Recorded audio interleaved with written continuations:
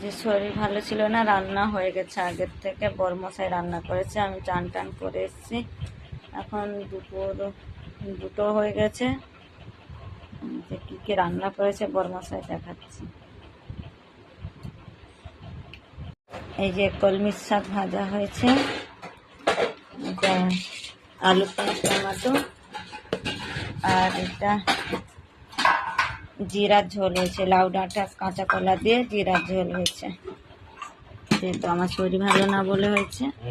আর এটা রায়তা, গরম পড়েছে দিল্লিতে খুব, ওই জন্য রায়তা হয়েছে। আর ভাত।